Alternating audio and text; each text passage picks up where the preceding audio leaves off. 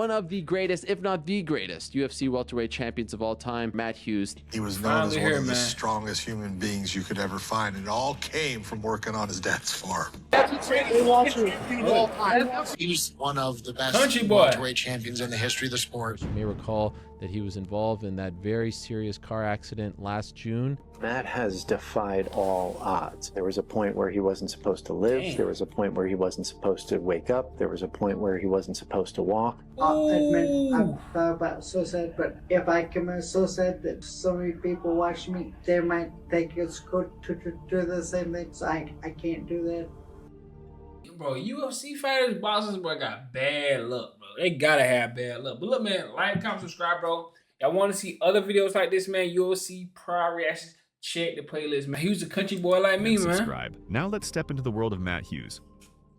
Born on October 13th, 1973 in Hillsboro, Illinois, the Hughes family lived on a farm, raising crops and livestock. We had about 100 head of cattle when I was growing up, 1,500 acres, corn, beans, and wheat. He was born just 5 minutes before his fraternal twin brother, Mark Hughes, with both brothers arriving on their father's birthday. They also had an older sister and 2 older half-sisters from their father's first marriage. Money was often tight, and Matt later joked that he and Mark were raised like cattle after being fed milk from the family's own cows as babies. When my mom had twins, she bought one thing of formula and it was gone like that. So she said, I can't keep buying this formula. So she had milk cows. So she would go milk the cow. Unpasteurized milk went right into us. I think that really started the whole process of being strong. During the I wish I had a twin though. Having a twin is hard. That gotta be hard. 1980s farm crisis. The family was hit hard financially. Interest rates soared, grain prices collapsed, and the Hughes farm shrank from around 1,500 acres to roughly 700. Farms back then were a lot different. Back then, you may try to make money everywhere. So you had pigs, we had cows. You went off on the farm and baling hay for other people or doing some custom farming. You really did whatever you could do to make a buck. Matt later described the household as being filled with bankruptcy, tension, and interpersonal struggles. It did get tight. When I was in junior high, my brother and I remember we had 3 pair of blue jeans between the both of us. You maybe wear a pair of jeans 2 days in a row, then you either get the other pair or you just switch with your brother or something. So Hughes described his father as strict and said he had them both working on the farm as soon as they were old enough. When my brother and I were born and we were old enough to work, we were a piece of machinery to my dad. Hughes's relationship with his father remained complicated. In his autobiography, he recalled an incident where his father scolded Mark for riding a motorcycle. By that point, Matt and Mark were grown and physically imposing. Bro, look at Hey. Scolded Mark for riding a motorcycle. By that point, Matt and Mark were grown and physically imposing. And the confrontation escalated into a fight in which the twins put a beating on their father. He was a motivating person. Him and his belt were very motivating. Matt and Mark dealt with that environment through constant competition. When you got a twin brother and you've always got somebody to play with. They were very mischievous, always climbing and into trouble. Fighting, throwing wrenches at each other, screwdrivers, and punching each other. So I grew up wild. They were so competitive that they couldn't even walk through the doorway without hitting each other. They were wrestling all the time. One of us always had to lose. Years later, Matt credited his legendary strength to growing up battling his twin brother on the farm. That farm made me who I am. With the hard work that I had to do and growing up with a twin brother, those 2 things are really put me on the map for being an athlete. I've always want to be around my farm, and when I get done fighting, I want to go back to the farm and just work. Not because I need to, but that's what my love is. His introduction to wrestling came before high school. The coach noticed how competitive the boys were in 5th grade. Dave was the high school wrestling coach and goes, boys, you get to high school, I'm going to have something for you. Matt and Mark both attended Hillsboro High School where they played football and wrestled, but wrestling quickly became Matt's standout sport. After going 43-2 as a sophomore, Hughes became dominant. While in high school, the brothers frequently got into trouble for fighting. Those 2 were the 2 biggest menaces in their hometown. Those guys were like madmen. They just beat up everybody in high school and everything. If you're not friends with him, he's a douchebag. Matt's an asshole. He's a bully. I think he knows it.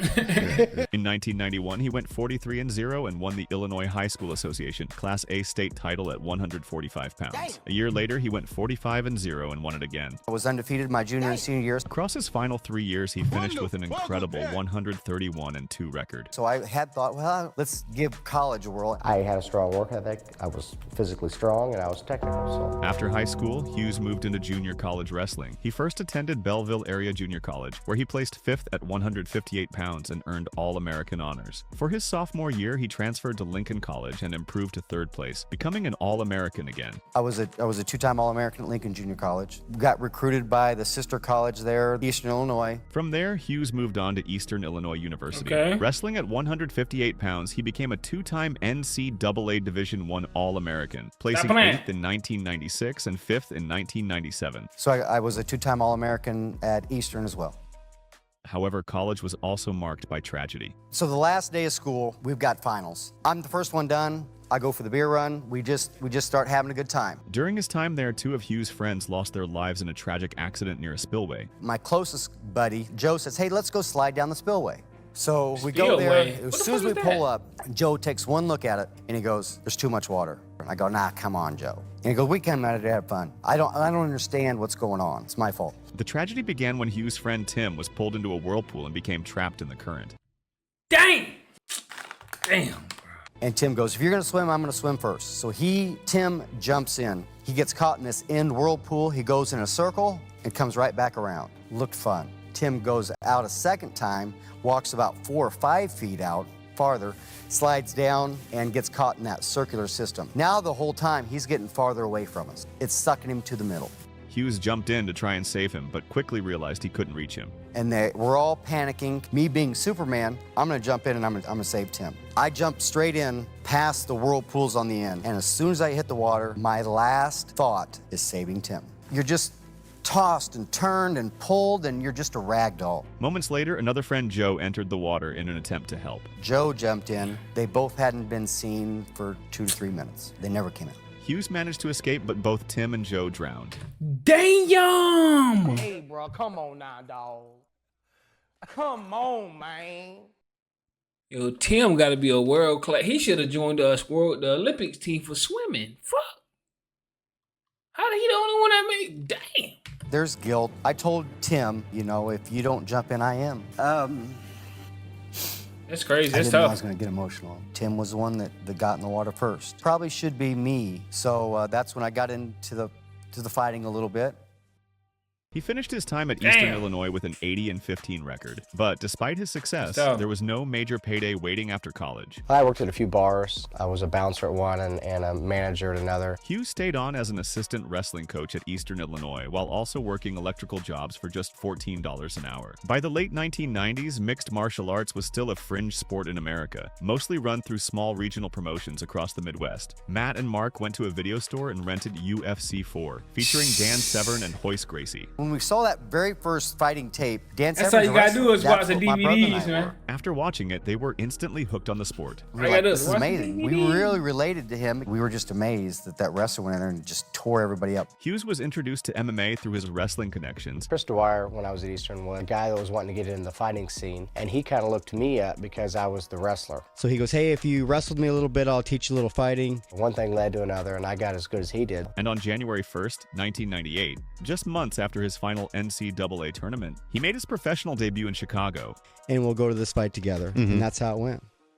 His friend was competing, and Hughes was invited to fight as well. After college, I just wanted to compete. Just wanted to play around. I jacked around with this just as a hobby. Hughes beat his first opponent in just 15 seconds. Quite an eye-opening experience. First fight was for $100. I thought it was a rich guy after $100. In his second professional fight, the referee was Pat Miletich. I refereed his second fight, and I walked up to him and I go, dude, you ever come to Iowa, I know I'll make you a world champ. There's just no doubt in my mind. That was the only guy I ever said that to. The only guy I ever recruited. Was just his tenacity, his athletic ability, his strength. Pat invited him to train at his facility, Miletich Fighting Systems. And after the fight, Pat said, come to my gym in Iowa and I'll make you a champion.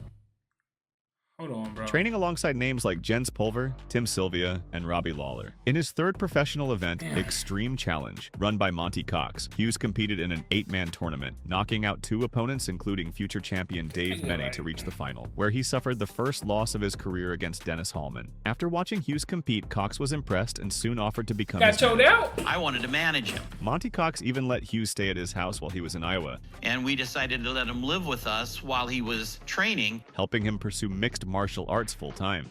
I stopped everything I'm doing here, moved to Iowa full-time. There, Hughes sharpened his skills and began building momentum. Before reaching the UFC, he went 8-1. Fought in small shows like everybody else. You worked your way up the ladder, and one win went to another fight. His manager, Monty Cox, then put in a word with the UFC. Says, hey, I got this guy. He just grabs people and just slams them. You know, how talented is he? He goes, John, he goes, he doesn't have to be talented. He's strong. and on September 24th, 1999, Hughes made his octagon debut at UFC 22. Without Pat Miletich and Monty Cox, my manager, I wouldn't be where I'm at today. Those two guys really put me on the map. They seen something. Hey, they got that eye. They said, hold on. They seen that boy one time and said, hold on. Matt Hughes, training with Pat Miletich. Ain't too many people. He loves to elevate. You see one time. Drop his opponent. It's a very sizable crowd, and the first time that I'm going to be on pay-per-view. Pick where I want to be. If I want to be standing up, we'll be standing up. If I want to go to the ground, I'm going to take him down. That's one advantage I will have. He faced Valery Ignatov and dominated the fight, winning by unanimous Oh, he really decision. got that country I won boy very strength. decisively. They liked how I competed, so I'm on a great road right now. I don't remember what I got paid. I want to say around $1,500. After his UFC debut, Hughes returned to the independent circuit for around a year. At the time, the UFC held far fewer events, so fighters often had to stay active elsewhere. Hughes used that period to improve his skills and build more experience. In 2000, he also competed at the ADCC Submission Wrestling World Championship, where he was bumped up 2 weight classes due to the other divisions being full because of an error. He beat Ricardo Almeida, then was matched up against his training partner, Jeremy Horn, due to the mistake. Well, fuck, guys. Here's my training partner that's up 2 weight classes. And I'm supposed to face him second round. Like, come on, guys. As Hughes was the stronger wrestler, they fixed the fight for Hughes to win and advance, while also trying to earn the submission of the night and slam of the night in the process. They're giving a $2,500 bonus for the best throw of the match and a $2,500 bonus for fastest submission of the match. So Hughes and I are like, well, we'll do both. Let's do it. Yeah, fuck him. However, he lost to Jeff Monson in the semifinals, then to Tito Ortiz in the bronze medal match. He returned to the UFC in June 2000 at UFC 26, where he faced Marcelo Aguiar and won by TKO after a cut forced a doctor stoppage in the first round. Hughes then competed for the Rings promotion and picked up 3 more victories. Yo, this man is really be picking up grown man.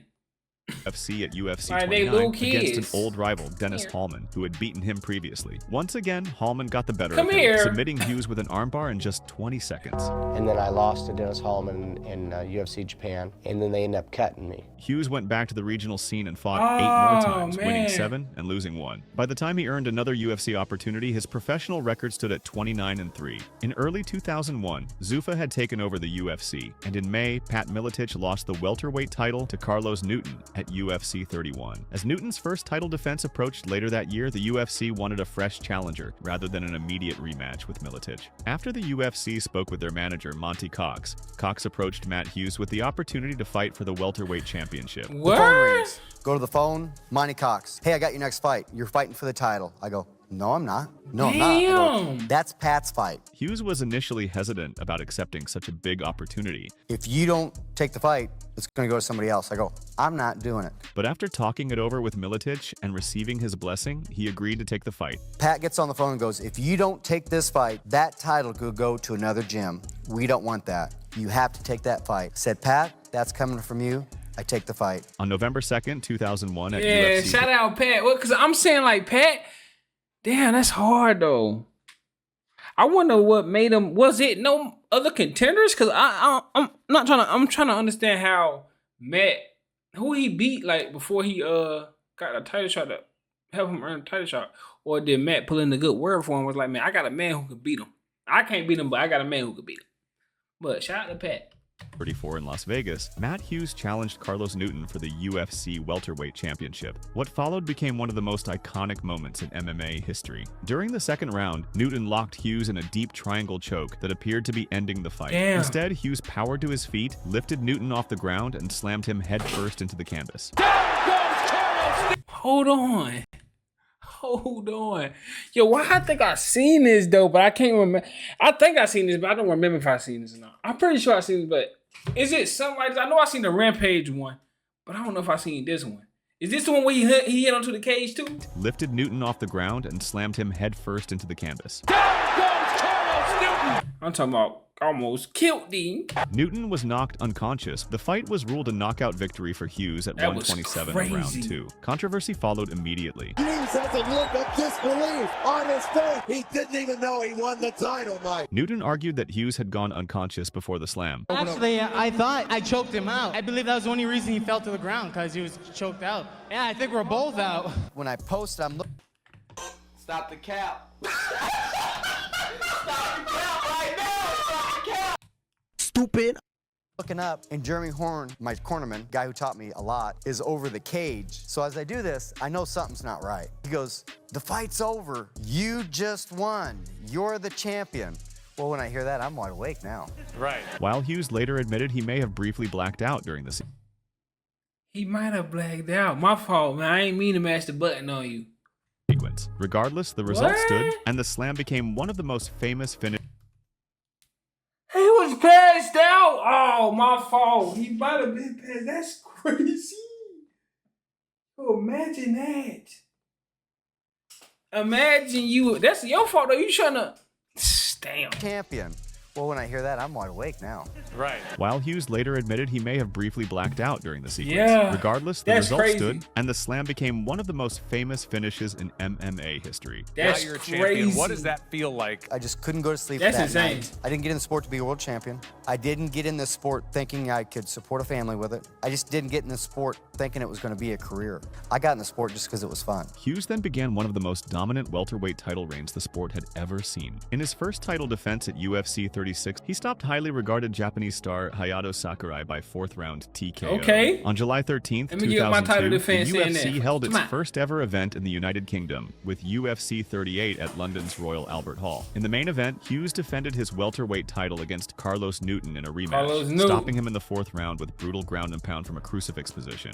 Hughes! But the night became even more famous for what happened after the event. What followed became one of the most infamous street fights in MMA history. Hughes continued to dominate the welterweight division. A At street UFC fight? 40, he defeated Gil Castillo by doctor stoppage It's over. It's over. Stopped it because of the cut. before beating future UFC lightweight champion Sean Shirk by unanimous decision in a hard-fought 5-round battle. He then faced former WFA champion Frank Trigg at UFC 45. After a tense grappling exchange, Hughes locked in a standing rear naked choke and forced Trigg to tap in the opening round, extending his reign as Damn. welterweight champion. You defend your He title was. 5 Hold on, times. bro. Man, he was my. Hold on now. Y'all gotta put some. Man, he was underrated for real, bro. I don't know where people. I don't know where y'all got him rated at. Over 2 years. I'm kind of smashing everybody, but it just kind of gets easy. The people that were putting in front of me weren't giving me the challenge that I should have had. There's a rumor going around that BJ Penn wants to move up and fight you and challenge you for the belt. BJ Penn wants to step up to the 170-pound division. I welcome the idea. I don't look for fights. The UFC brings me whoever they can. If you're undefeated, then you're not fighting the right people. I love that. That can apply to anything in life. Yeah, that's a But fact. nothing lasts forever. Hughes' first title reign came to an end at UFC 46 in January 2004, when lightweight star BJ Penn moved up in weight and submitted him with a rear naked choke in the first round. It's over. We have a new welterweight champion. The run of dominance has ended.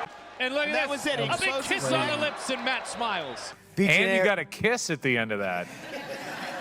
Yeah, you're right. BJ and I are very good friends now. Making Penn's victory one of the biggest upsets of the era. Penn soon became locked in a contract dispute with the UFC and left for K1 in Japan, forcing the promotion to strip him of the welterweight title.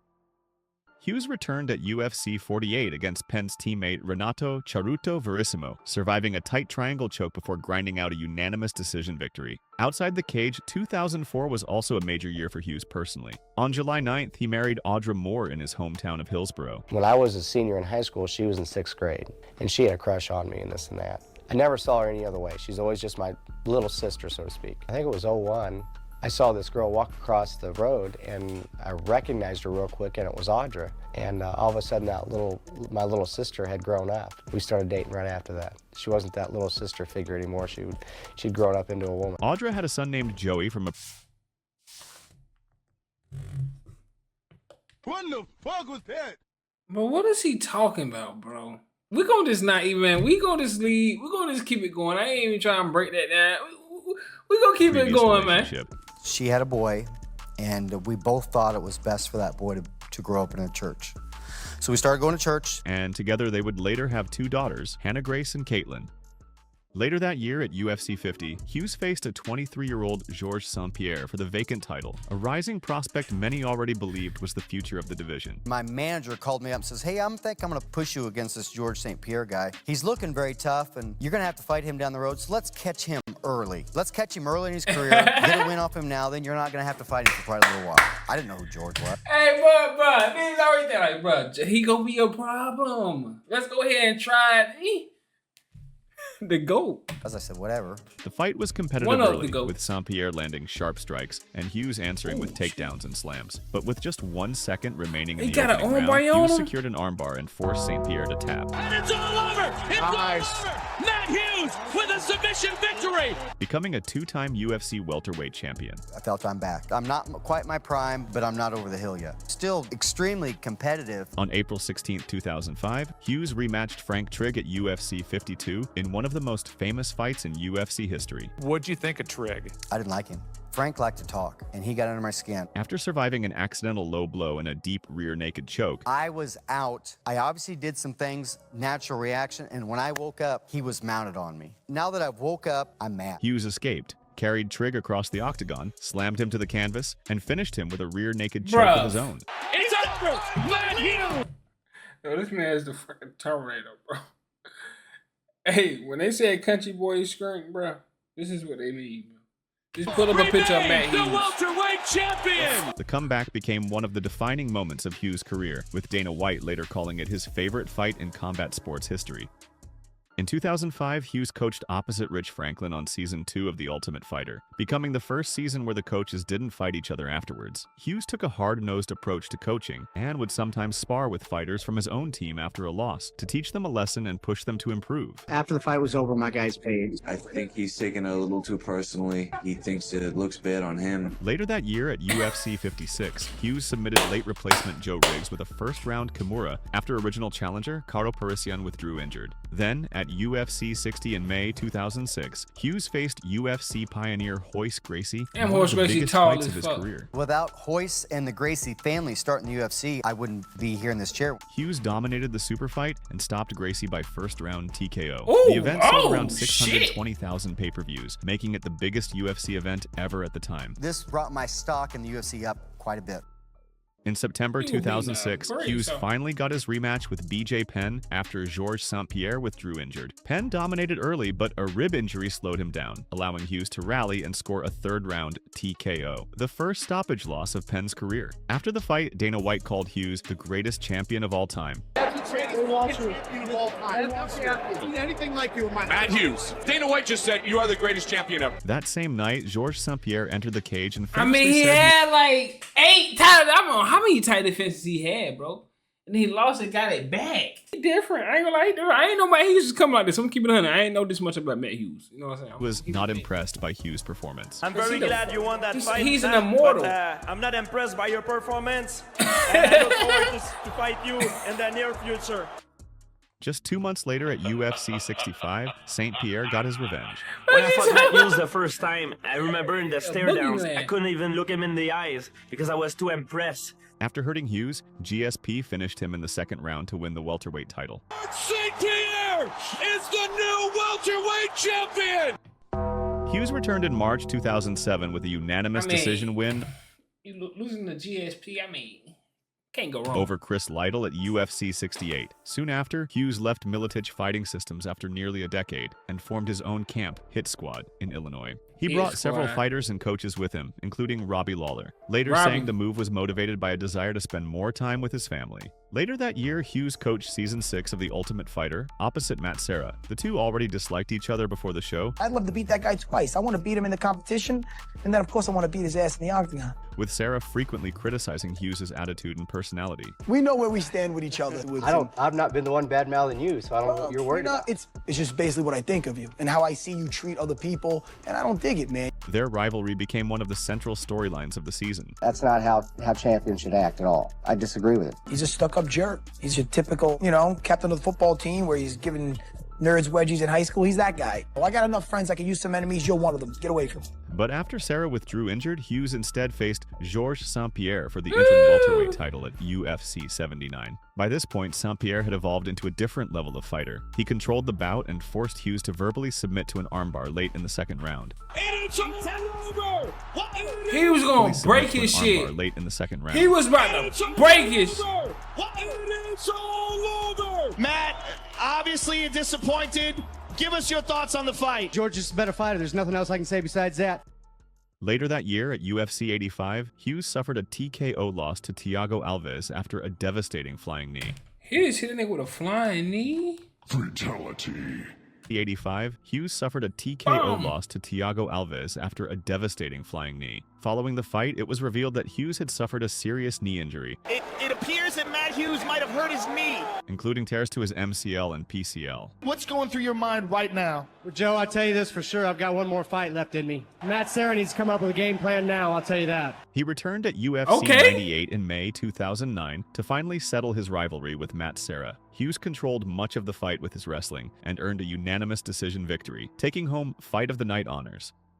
In April 2010, Hughes defeated Renzo Gracie at UFC 112. The victory gave him 17 UFC wins, a company record at the time. Just weeks later, Hughes was inducted into the UFC Hall of Fame as the organization's 8th inductee. Later that year at UFC 117, he submitted Ricardo Almeida with an anaconda choke, earning submission of the night. Do you know how hard it is to choke a guy to sleep like that? I don't think we've ever even seen that before. By then, Hughes had beaten Royce Gracie, Renzo Gracie, and Renzo Gracie black belt Ricardo Almeida, leading many fans to nickname him the Gracie Killer. Oh, he think he a Sakuraba. Did I say that name right? I hope I said that name. I probably butchered that name. But Sakuraba, because I think, don't.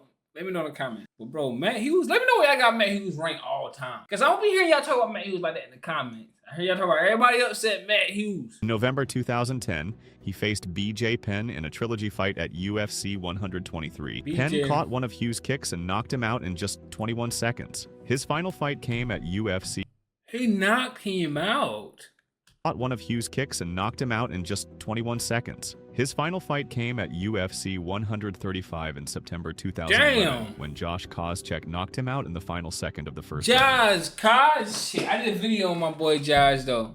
Hughes initially resisted retirement, hoping to return after some time away. But in January 2013, he officially retired with a professional record of 45-9, including 7 successful UFC welterweight title defenses across 2 reigns. What started out of a hobby brought me to UFC and here in front of you now. The same day, Dana White announced Hughes would join the UFC front office, helping mentor fighters and work on athlete development. Even then, Hughes admitted retirement never fully sat right with him, saying he still loved the sport and wanted to remain involved. I love this sport, and the new position is the best way for me to stay in it. As a competitor, you hate hanging the gloves up. I'm just excited to be still part of the UFC. Whose decision was this? Well, you know, Dana, sometimes he's a boss, sometimes he's a brother.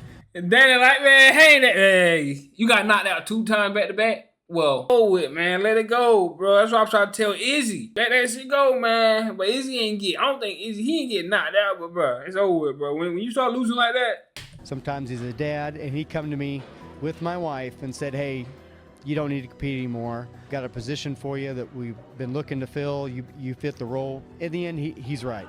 He's right. After retiring, Hughes moved into outdoor television and hunting, hosting several shows focused on the outdoors. His passion for trophy hunting drew criticism from animal rights activists and former UFC fighter Dan Hardy. He took his son out to Africa for sport hunting. Now, for me, that qualifies him as a particular type of character. Matt Hughes was flying out to Africa to shoot things because he likes to shoot things. But Hughes publicly... The fuck? I can't take my son out to go to... Man, I can do what I want. What is wrong? I can do what I want. His excuse to me when we were arguing about it was that he was feeding the villagers. The meat is donated to the villagers and they eat it. Yeah, but that's a byproduct of you going wanting to kill things. That's sociopathic behavior. And I think that... It's totally because I want to shoot animals, bro. Yo, what do y'all do for fun, bro? Yo, why you worrying about what I do for fun? Go do what you do. Hughes has probably been sick his whole life. Away from the spotlight, he remained active in his Christian faith, volunteering locally and taking part in mission trips to Mexico. On June 16, 2017, Hughes was driving near his hometown in Illinois when his pickup truck was struck by a freight train at a rural railroad crossing. The impact is... Oh, freight train! Hold on, I'm thinking he got in a car accident, bro. Hold on, they said a freight train? Hey, bro, come on now, dog.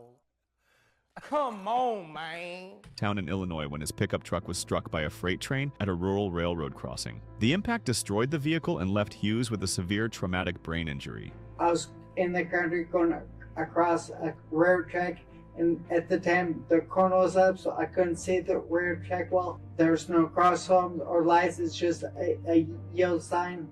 And so, damn, so it was a bad angle. I didn't see the train. It was no crossroads, no lights, and just a bad crossing. I remember nothing about the day. This is all from people that were with me. I just don't remember anything. He was airlifted to hospital and placed in a medically induced coma for 19 days. Doctors diagnosed him with a grade 3 diffuse axonal injury, one of the most serious forms of brain trauma, and there were fears he might never fully recover. Remarkably, Hughes survived, but the road back was long and difficult. And they said with my brain injury, I should have locked-in syndrome, which is where I'm just in a bed or a chair watching TV, and I'm locked in my own body. He had to relearn basic skills such as walking, talking, and eating. I don't talk a lot because they put a trick in my lungs for so long that my vocal cords aren't quite the same, so that's why I don't sound the same. I don't speak or do nothing, I just keep to myself. And later spoke openly about struggling with depression during rehabilitation. I'll admit I've thought about suicide, but if I commit suicide, that so many people watch me, they might think it's good to do the same thing, so I can't do that. In January 2018, he made his first public UFC appearance since the accident, receiving a standing ovation from fans. God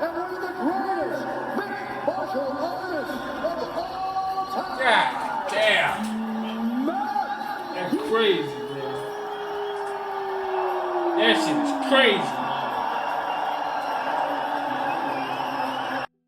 In the years following the train accident, Hughes' personal life became The allegations included claims of physical confrontations, threats, and intimidation. Hughes denied physically harming his family and was never criminally charged. In late 2018, Audra obtained a restraining order, and the couple's relationship soon broke down publicly. Of course, around the same time, Hughes also became involved in a legal dispute with his twin brother. Broke out over the ownership of a tractor when Mark's 15-year-old son was driving it. What? And Matt would be accused of dousing the tractor in gasoline in an alleged attempt to destroy it, with both incidents highlighting the strain that had developed within the family after the accident. The case was later settled privately. In February 2019, Hughes released a public statement addressing the allegations. He linked many of his struggles to the traumatic brain injury he suffered in the train crash, describing himself as a burden to those around me, while continuing to deny that he had physically abused his family. He also filed a civil lawsuit against Norfolk Southern Railway, alleging the crash left him with permanent brain injuries,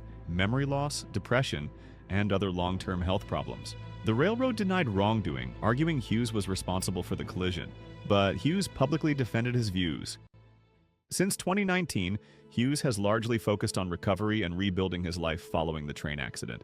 He continues attending therapy for his traumatic brain injury, volunteers through his church, remains active in the gym, and still makes occasional UFC appearances and seminar trips. Recognition for his career has continued as well. In 2013, he received the George Tragos Award from the National Wrestling Hall of Fame.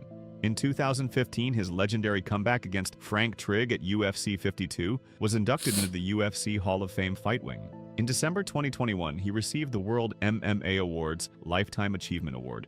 Then, in 2022, his iconic title-winning slam against Carlos Newton at UFC 34 was also inducted into the UFC Hall of Fame Fight Wing. Hughes later founded the Matt Hughes Project, a non-profit organization dedicated to helping military veterans dealing with traumatic brain injuries, a cause inspired by his own recovery journey. On October 19, 2025, the Illinois chapter of the National Wrestling Hall of Fame honored him with its Outstanding American Award. As of 2026, Hughes continues to live near Hillsboro, Illinois, balancing ongoing therapy with mentoring fighters, charity work, public appearances, and an active presence in the MMA community. He's always loved Hillsboro, and he's contributed more to this town, this community, than anybody will ever know. Matt Hughes retired with a record of 45-9, 2 reigns as UFC welterweight champion, and 7 successful title defenses. A UFC Hall of Famer, he remains widely regarded as one of the greatest welterweights in MMA history. Bro, see, that's what I can see on this video, bro. Man, this shit crazy, man. Damn.